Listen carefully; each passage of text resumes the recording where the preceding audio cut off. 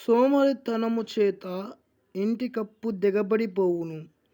చేతుల బద్ధకము చేత ఇల్లు కురియును. నవ్వులాట పుట్ నవ్వులాటలు పుట్టించుటకై వారు విందు చేయుదురు. ద్రాక్షారసము పానము వారికి వారి ప్రాణమునకు సంతోషకరము. ద్రవ్యము అన్నిటికీ అక్కరికి వచ్చును.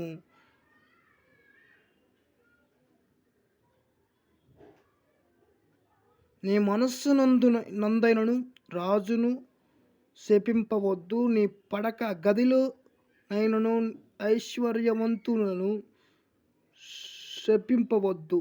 ఏలయనగా ఆకాశ పక్షులు సమాచారమును కొనిపోవును.